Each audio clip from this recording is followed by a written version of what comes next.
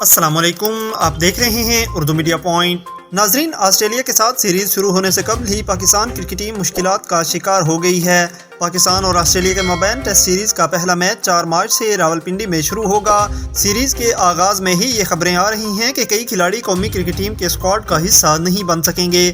Fast bowler Haris رؤف corona test مثبت آنے کے بعد پہلا ٹیسٹ میچ نہیں کھیل سکیں گے۔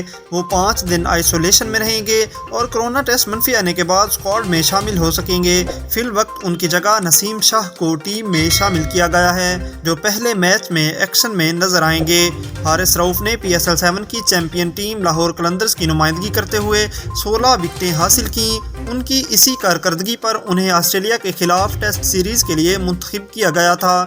واضح رہے کہ PSL کے میچز میں حسن علی اور فہیم اشرف انجری کا شکار ہو گئے تھے، جس کی وجہ سے وہ بھی آسٹریلیا کے خلاف اسکواڈ کا حصہ نہیں بن پائے اور ان کی جگہ افتخار احمد اور وسیم جونیئر کو ٹیم میں شامل کیا گیا ہے۔